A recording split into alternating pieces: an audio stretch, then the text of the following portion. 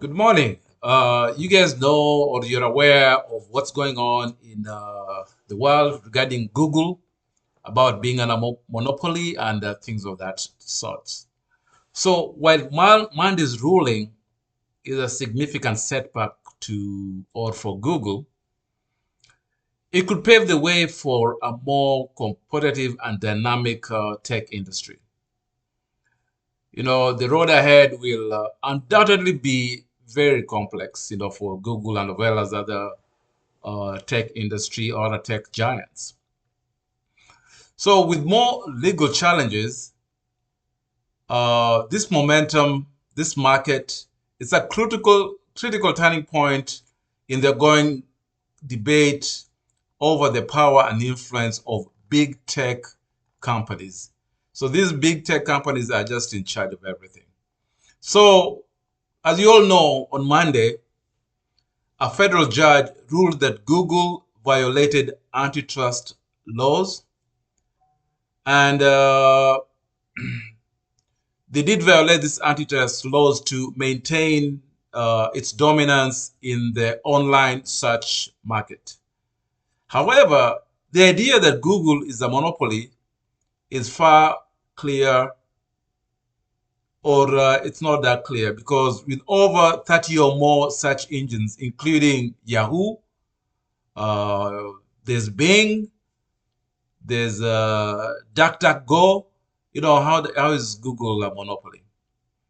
And the rise of platforms like Amazon, TikTok, and Pinterest for search, these functionalities just means that the competition is big. The competition is robust. So the argument that's against Google being a monopoly is because of Google's popularity. Google's popularity stems from customer preference, not antitrust practices. The US Justice Department argues that over 90% of web searches are made on Google. But this reflects Google's quality rather than their unfair practices. So consumers can choose other search engines, and Google deals with companies like Apple and Samsung, and they only make their products more convenient, not exclusive. So Samsung or Apple, you cannot say it's a monopoly just because they're the most popular. So antitrust law traditionally relies on the consumer welfare standards, which requires proving a company is a monopoly, has used its power, and has harmed consumers. So Google, despite its dominance, hasn't crossed these lines at all.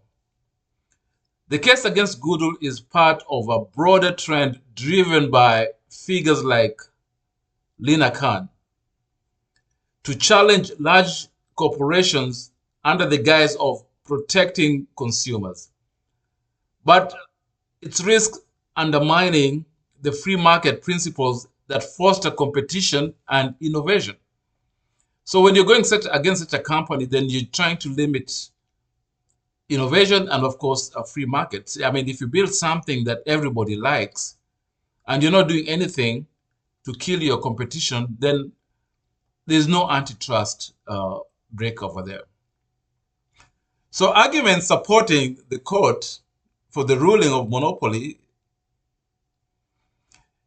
basically the court decision acknowledges that Google's dominance isn't purely a result of better technology, by spreading billions of elusive contracts. So Google has stifled competition and solidified its monopoly because of using, spending billions of dollars on elusive contracts. So the ruling highlights 5 key reasons. Number one, strategic monopolistic practices. So Google's exclusively deals creates barriers for competition, limiting consumer choice. So when you have a contract with them, it's like limiting consumer choice. The other thing is, number two is control over data. So Google has gathered data. So Google controls over vast amounts of user data given, or this gives it an unfair advantage in search and advertising materials. So because of their data, they have an advantage over other companies.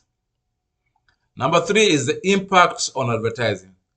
So Google's dominance in search engines enables it to dictate terms in the online advertising market, hurting similar businesses. So they're in charge of creating tabs. So number five is consumer harm. So Google or Google's practice reduce consumer choice and potentially increases costs. Because when there's competition, the costs go down. But now they believe because of Google's these five things, strategic monopolistic practices, control over data, impact on advertising, suppressing innovation, and practices that reduce consumer cost, and also suppressing innovation. So while Google is innovative, its focus on maintaining dominance might stifle the broader industry innovations. So that's how Google was ruled against on Monday, just because they're innovative and big and they control data and things of that nature. So what's next? So this ruling on Google is just the beginning. Obviously, Google is going to appeal, potentially dragging the case for years and years, for a long time. Meanwhile, regulators may impose restrictions or push for separating Google or separating Google's search business from its other ventures. So this could also inspire other tech companies to innovate and offer other alternatives, promoting a more competitive market. So basically, that's the intention.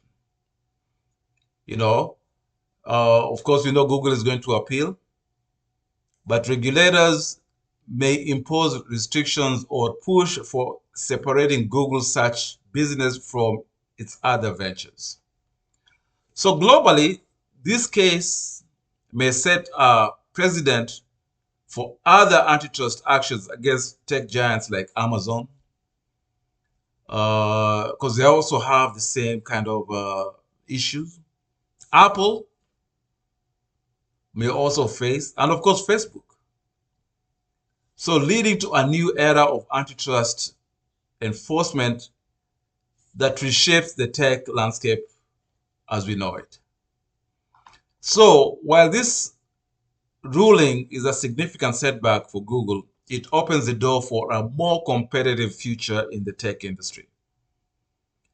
The journey ahead will be very complex, and it will be filled with legal battles, but it's a pivotal moment in the ongoing debate over the role of big tech in our economy. So things are going to change. Please be on the lookout. Thanks.